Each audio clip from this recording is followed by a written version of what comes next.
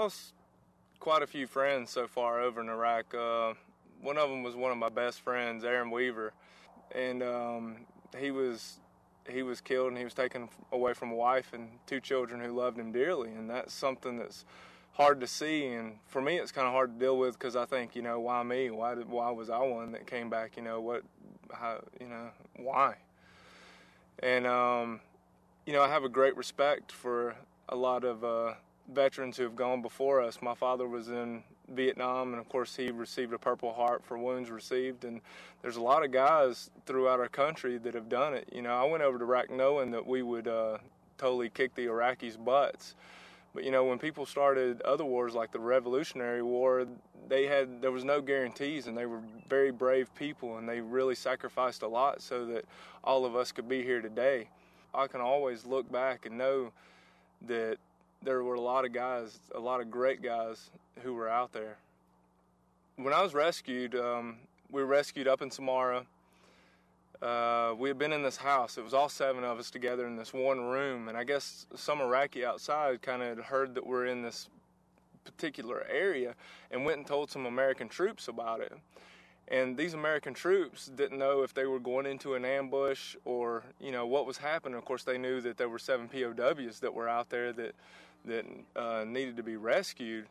But they made the decision if there was something funny going on, or if there was a way that they could possibly rescue us, that, they were going to go in and they were going to do everything that they possibly could. And this one particular morning, I'm sitting in this chair, and all of a sudden I start hearing this commotion outside, and I start hearing this guy kicking on the door, trying to kick it in, and he kicks it about 3 or 4 times, and we start hearing him yelling, "Get on the floor, get on the floor." And of course it's in English, so I'm like, okay. So I get down on the floor, and as I'm sitting there, Shoshana Johnson's sitting right in front of me, and she's sitting in a chair, and I'm like, "You might want to get down on the floor." And she's like, "I don't have to, and I'm an American." I'm like, "They're not going to care when they come through that door." And, I'm laying on the floor, and she starts to get down. As she does, another guy runs through the door, a Marine Corps guy, and grabs her by the back of the head and pushes her to the ground, starts sliding her across the floor on her face, basically. And then I look over, and the Iraqis are in the fetal position, which was particularly nice for me. I mean, it was kind of fun in a lot of ways, just looking over there and seeing them in the same position that Dave and I and the rest of us have been in. From there, they took us out, and they threw us in the back of these armored vehicles, and then drove us down, secured the school. And it was just amazing to see their faces, because you could tell that they had no idea that they were going to find us. And they said basically that we had made the war for them. Being able to rescue us was the best thing that they had done the entire war up to that point. I was able to overcome my adversity through God. Of course, I sat in a prison cell with 4 concrete walls and a blanket and God, and there's always somewhere you can turn to, and that's to God, especially in a situation like I had. I mean, I was for 14 solid days isolated by myself.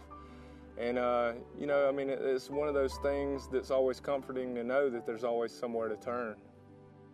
It's very important to be true to yourself and to not waver in what your convictions are. There are a lot of people who go through military services and other type of services, and they go in and they come out and they're either happy with what they did in certain situations, or they come out and they feel like they're a lesser person. They always hold their head in shame. And I challenge you to hold your head up and to make sure that you're making decisions for the right reason. Because, the people who are really going to benefit from what you do in your life is your family and your family name. And when people look at you, you want them to know that you were the type of person that would stand up to people if you had to. There's kind of a poem, and part of it is, that people will forget your death and birth, like the date you were born and the date you died, but they'll never forget your dash. And that's true. People will never forget what you did in your life. They may forget the exact birth date that you had, but they'll never forget the legacy that you left here.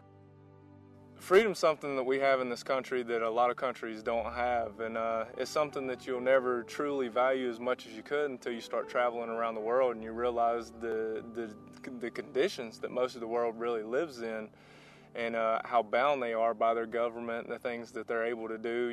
They can't just leave their country and travel to another country if they wanted to. They don't even have the freedom to express themselves the way we can. And it's due to the sacrifices from a lot of soldiers that have allowed us to be able to do that. And it's something that we cherish as Americans, but we also kind of take for granted. And it's very important to be a patriotic person and to really believe in your country, because this is the best country in the world.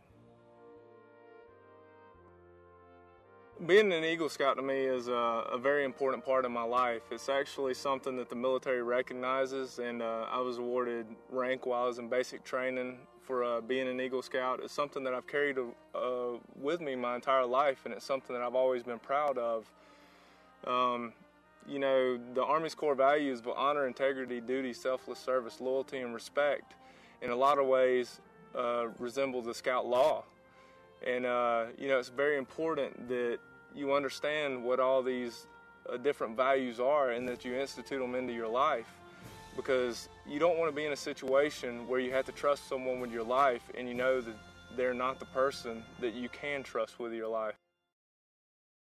Sometimes you have to be the person who sacrifices yourself so that other people should be able to live a better life, or things like that. I mean, that's what being a part of a family is all about. That's what being a father is all about. That's what being a grandfather is all about, is making sacrifices in your life so that other people can have a better life.